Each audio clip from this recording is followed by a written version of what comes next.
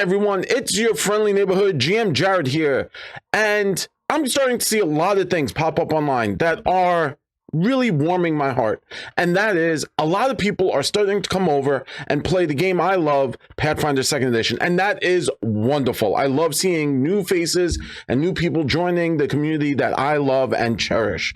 So, the one thing I keep seeing popping up are people asking questions. Hey, as a new GM coming from other systems, I just have a few questions. What are some of the rules you would recommend me to remember while GMing this game? And now I've been playing Pathfinder Second Edition since the beta. Lots of rules have changed. Lots of things have come and gone. There have been a few erratas to the books. And you can actually find me live on multiple different channels, GMing for some of your favorite hosts and other YouTubers out there, and me making bad rules calls. So it's okay. First off, it's okay if you make a bad rules call. Just understand, learn from it, keep it moving, and you'll do great. So I'm super excited to see brand new GMs out there playing and getting their feet wet in Pathfinder Second Edition.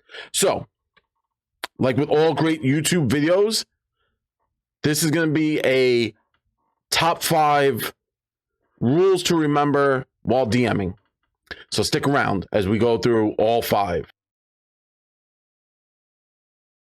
Hi everyone, and this is, I'm calling it a top 5, but remember, to you and to me, the rules we might think are the top could be a little different. But I feel these are, as a GM who've been GMing many games of Pathfinder Second Edition, I feel these rules are kind of important.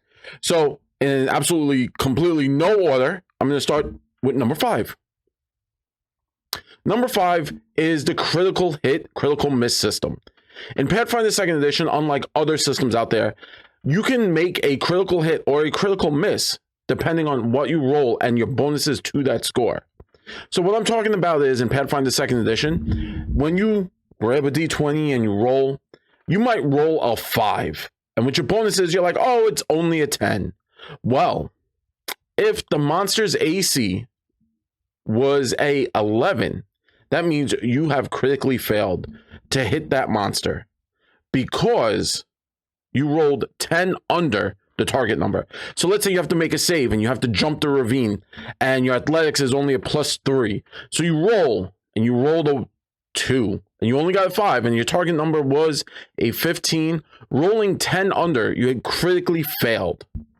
Now the opposite is also true. Let's say you rolled a 15 plus your bonuses. Let's say you have a +10 to hit. You're a fighter. You're a magnificent warrior out there, golden armored and just swatting through your enemies. And the target number is a 10 and you rolled a 15 plus your bonuses brings up to a 25. You critically hit that monster. So grab those dice and double check your numbers because you critically hit. So deal as much damage as possible. Additionally, if you roll a 1, there's also a critical failure. And if you roll a 20, that should be a critical success. Always double check with your bonuses to make sure everything is proper.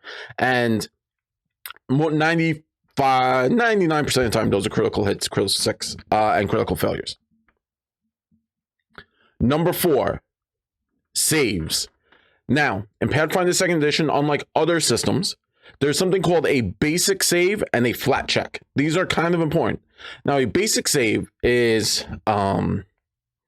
again, you're jumping over a ravine and you have to make a reflex saving throw. You roll and you don't, you succeed, right? Cool, you jumped over the ravine. You might actually still take damage from that jump because you only succeeded. Basic saves can happen from spells. Let's say someone casts a spell, fireball, and you may have to make a reflex save and you succeed, but you don't critically succeed. You will take half damage from that spells. So that's what a basic save is. It's you only succeed. Basic saves usually incur some damage, usually halved. Now, what is a flat check? And this is also important. A flat check is sometimes you have to make a check. If you're grappled, grappling can cause flat checks to happen. There are a number of flat checks out there. Just double check. But that's an important one to remember, are flat checks and what they do. It's just you roll a d20, you don't add any bonuses. You have to hit a target number. Sometimes putting yourself out of fire, that's a flat check also. So there's a few out there. You can jot down exactly which ones kind of cause flat checks and put them on like an index card, and you could just refer to it.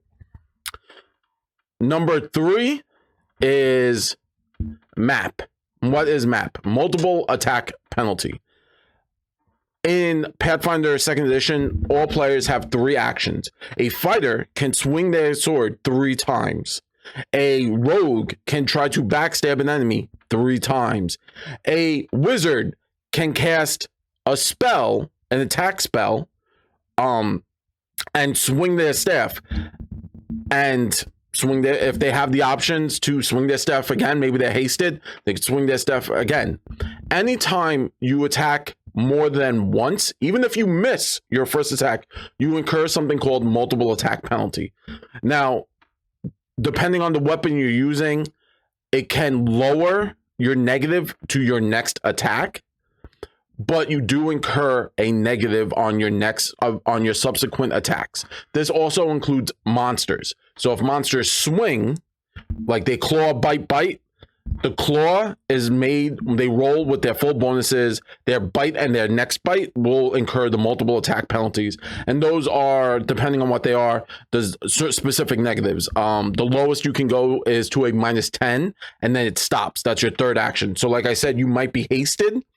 And if you are hasted, and you make a 4th attack, because you have that option for a 4th attack, you will only be incurring a -10 or a -8, depending on what kind of weapon you're using. Number 2 is skills and initiative. And this is kind of important. Players' skills can affect initiative. It's not just perception. So Pathfinder Second Edition, perception is the skill you would roll when starting initiative.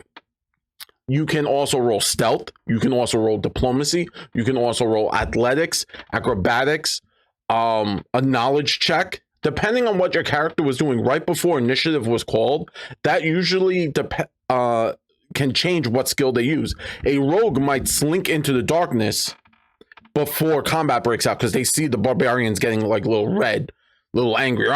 They're about to rage and start a fight. So if the rogue says to the GM or the DM, they look you in the eyes and they say, hey, my rogue's gonna like slink into the darkness to like stealth out the way. They will roll stealth if the GM thinks it's valuable. They can roll stealth for initiative, and that will be something really important. So skills can affect your initiative, and that's something that's really cool and is, I feel, very, very Pathfinder Second Edition, is how you can use your skills. So, a lot of times you'll hear about the bards who are trying to talk down the fight, and then the barbarian just punches someone.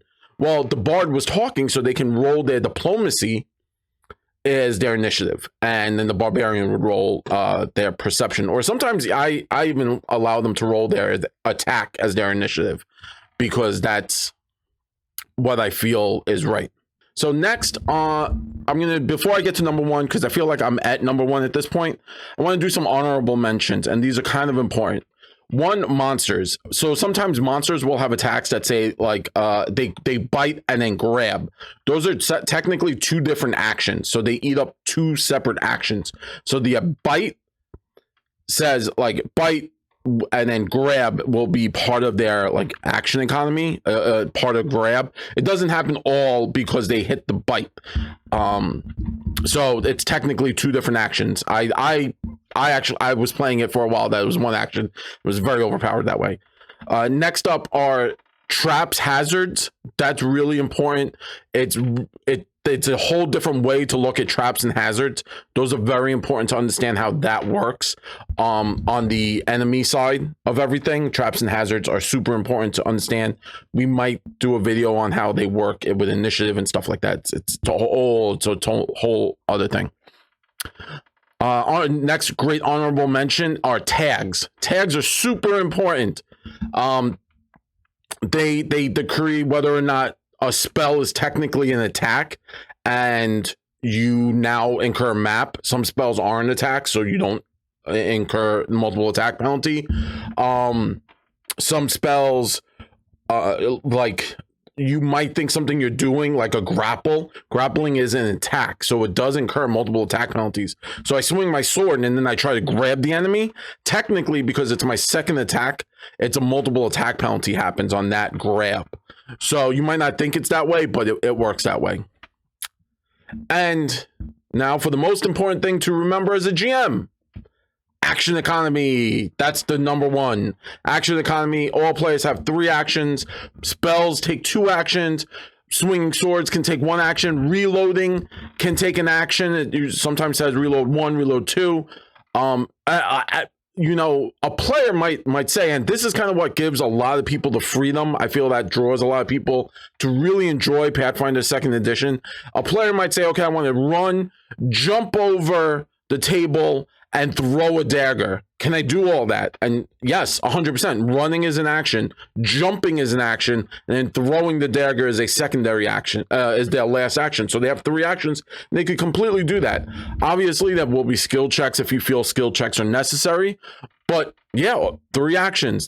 It gives the game more cinematic flair, and that's something that's really important here. You want to like remember that there is definitely that 3 action system, and you want to really use those actions to the most of their benefits. Those 5 are kind of something I always keep my eye on when I am running Pathfinder Second Edition. I know there's a lot of rules. There's what happens with a spell, poisons and afflictions. Those have their own rules. Circumstance bonus and situation bonus, those have their own rules, and there's a lot of stuff like that.